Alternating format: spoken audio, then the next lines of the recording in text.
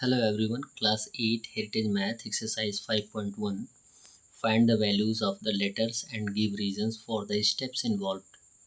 आपको बताना ये है कि जो लेटर्स दिए गए हैं उनका वैल्यू कितना होगा, जिसमें फर्स्ट दिया गया है AB प्लस 37/6A, यानी B के स्थान पे वो कौन सा डिजिट रखेंगे कि A का वैल्यू आ जाए और A का वैल्यू सेम ए के स्थान पे आना चाहिए कि ऐड करने पर कोई आंसर कितना आ जाए, 6 आ जाए। क्लियर है? तो हमारे पास 1 to 9 डिजिट्स होते हैं, एक और ऐड कर लिया जाता है 0, यानी हमारे पास 10 ऐसे डिजिट्स होते हैं जिनको ऐड करने पर उनका यूनिट डिजिट कितना आना चाहिए, ए के इक्वल आना चाहिए, और फिर 10th डिजिट को उसमें ऐड कर दें तो उसका आंसर भी 6 आ जाए। सपोज़ यहाँ पे b का वैल्यू हम कितना रखेंगे, 5 रखेंगे। 5 रखेंगे तो 5 + 7 कितना हो जाएगा, 12। 12 का यूनिट डिजिट कितना हो जाएगा, 2। क्लियर है? तो उसका कैरी 1 यहाँ आ जाएगा। हमें लाना कितना है, 6 लाना है, जबकि ऑलरेडी हमें या हमारे पास a का वैल्यू कितना आ गया है, 2। तो a के स्थान पे अगर 2 रखेंगे तो 1 + 2 3 हो जाएगा, 3 + 3 कितना हो जाएगा, 6 आ जाएगा। तो b का वैल्यू कितना हो जाएगा, 5, और a का वैल्यू हो जाएगा 2। इसको ऐड कर भी हम वेरीफाई कर सकते हैं। सेकंड दिया गया है ab × 3, यानी 3 से कौन से डिजिट से मल्टीप्लाई करें, यानी b के स्थान पे कौन सा डिजिट रखें कि b का वैल्यू आ जाए। तो हम ये देखेंगे कि b का वैल्यू यदि हम 0 रखते हैं तो किसी भी नंबर से हम 0 में मल्टीप्लाई करते हैं तो 0 आता है, यानी b का वैल्यू 0 हो गया। क्लियर है?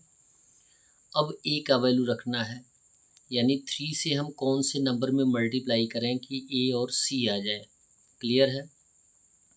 तो 3 का टेबल, अब यहाँ वही डिजिट रखना है कि मल्टीप्लाई करने पर उसका यूनिट डिजिट कितना आए, a आ जाए। क्लियर? ये देख लीजिएगा, यदि हम a का वैल्यू 5 रखते हैं तो 5 से 3 में मल्टीप्लाई करेंगे तो कितना आएगा, 15 आएगा, यानी a का वैल्यू यहाँ भी 5 है और a का वैल्यू यहाँ भी 5 है। तो c का वैल्यू कितना आ जाएगा, 1 आ जाएगा, यानी यदि 5 से 3 में मल्टीप्लाई करेंगे तो 15 आएगा, और यूनिट का 5 क्या आ जाएगा, a के स्थान पे, और c के स्थान पे आएगा 1 जो टेंस होगा, तो c का वैल्यू आ जाएगा 1, b का वैल्यू 0, a का वैल्यू 5 और c का वैल्यू 1। आप इसको वेरीफाई करके भी देख सकते हैं। क्वेश्चन नंबर 3 दिया गया है 3a + 2 5/b2। अब a के वैल्यू में या a का वैल्यू हम कितना रखें कि उसमें 5 ऐड करने पर यूनिट डिजिट कितना आए, 2 आए। हमने क्या बताया, हमारे पास 10 ऐसे डिजिट्स हैं 0 से लेके 9 तक, जिनको कि हम a के स्थान पे रखेंगे तो यूनिट डिजिट कितना आना चाहिए, 2 आना चाहिए। क्लियर है? यानी a 5 में अगर हम 7 ऐड करते हैं तो 12 आएगा। 5 + 7 सॉरी यस 7 + 5 इक्वल हो जाएगा 12, और 12 का यूनिट डिजिट कितना होगा, 2, और 2 ऑलरेडी दिया गया है, तो यहाँ पे टेंस क्या हो जाता है, एज ए कैरी यूज़ होता है। 3 + 2 5 + 1 6, यानी b का वैल्यू कितना हो जाएगा, 6। इसको हम वेरीफाई भी कर सकते हैं। क्वेश्चन नंबर 4 दिया गया है ab × 5, और फिर प्रोडक्ट दिया गया है BAC, यानी जो b के स्थान पे आना चाहिए वही b पर होना चाहिए, यानी जो b का वैल्यू हो, यानी 5 से हम कौन सा डिजिट में मल्टीप्लाई करें या b के स्थान पे कौन सा डिजिट रखें कि 5 से मल्टीप्लाई करने पर सेम डिजिट आ जाए। तो b का वैल्यू 0 रख देंगे, यानी 5 से मल्टीप्लाई करेंगे 0 में तो 0 आएगा। क्लियर है? ये तो b का वैल्यू आ गया। अब a के स्थान पे सेम कंडीशन वही आया है कि a के स्थान पे वो कौन सा डिजिट रखें कि 5 से मल्टीप्लाई करने पर a आ जाए वह यूनिट डिजिट पे, और जो 10th डिजिट पे आएगा वो क्या होगा, आपका c होगा। तो यहाँ पे 5 रख सकते हैं, तो 5 से 5 में मल्टीप्लाई करेंगे a के स्थान पे, या a का वैल्यू 5 रख लेंगे तो 5 5 से कितना हो जाएगा, 25, यानी a के स्थान पे 5 आ गया और c के स्थान पे कितना आ गया, 2। तो लिख देंगे b का वैल्यू 0 होगा, a का वैल्यू 5 होगा और c का वैल्यू 2 होगा। यहाँ पे आप कंपेयर कर सकते हैं। क्लियर है, इसको वेरीफाई भी कर सकते हैं। क्वेश्चन नंबर 5 दिया गया 4a + 98 या 98 हो जाएगा CB3। अब 8 में कौन सा डिजिट ऐड करें कि उसका यूनिट डिजिट 3 आ जाए। क्लियर, तो a के स्थान पे हम क्या रखेंगे, यानी 8 से 3 को माइनस कर देंगे तो कितना आ जाएगा 5, यानी a के स्थान पे हम क्या रखेंगे 5। क्लियर है, 5 रखेंगे तो ऐड करने पर 13 आएगा। 5 + 8 कितना होता है 13, 13 का यूनिट डिजिट कितना हो जाएगा 3, कैरी हो जाएगा 1।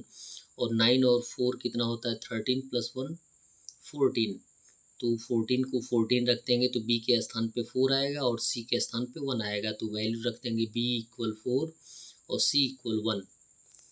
सी क्वेश्चन नंबर 6 दिया गया है 1a × a बाई प्रोडक्ट हो जाएगा 9a, यानी a का वैल्यू हम कौन रखें कि सेम आ जाए। a से a में मल्टीप्लाई करेंगे तो प्रोडक्ट भी वही a ही आएगा, तो a का वैल्यू कितना रख देंगे 6। 6 से 6 में मल्टीप्लाई करेंगे तो 36 आएगा, यानी a का वैल्यू 6 है, a का वैल्यू 6 है, a का वैल्यू 6 है। 6 × 6 36 और 36 का यूनिट डिजिट कितना होता है 6 होता है। क्लियर, और एज ए कैरी क्या हो जाएगा 3। अब यहाँ पे a का वैल्यू 6 आ गया है तो 6 से 3 में 1 से मल्टीप्लाई करेंगे तो 6 × 1 = 6 + 3 कितना हो जाएगा 9। केयर यही करना है कि जो वैल्यू हम रखें उसके बाद वाले टर्म को भी वो सेटिस्फाई करता है कि नहीं करता है। यदि सेटिस्फाई नहीं करता है तो वैल्यू हमारा क्या है गलत है, और यदि वैल्यू सेटिस्फाई अगले टर्म को भी करता है तो हमारा आंसर क्या हो जाएगा सही हो जाएगा। जैसे 6 से 1 में मल्टीप्लाई करेंगे 6 आएगा। क्लियर है, और उसमें 3 ऐड करेंगे तो 9 आ जाएगा। सपोज़ आपके अनुसार जैसे हम 5 भी रख सकते हैं, 5 और 5 5 5 = 25, तो यहाँ भी 5 आ जाएगा, a का वैल्यू 5। लेकिन यदि 5 से 1 में मल्टीप्लाई करेंगे तो 5 × 1 = 5 ही आएगा और +2 कितना आ जाएगा 7 आ जाएगा। यहाँ हमको लाना कितना है 9, तो a का वैल्यू कितना हो जाएगा 6 रखेंगे तो हमारा वेरिफिकेशन भी आप देख सकते हैं, a का वैल्यू कितना हो जाएगा 6। That's all. वीडियो को लाइक करें और चैनल को सब्सक्राइब करें। धन्यवाद।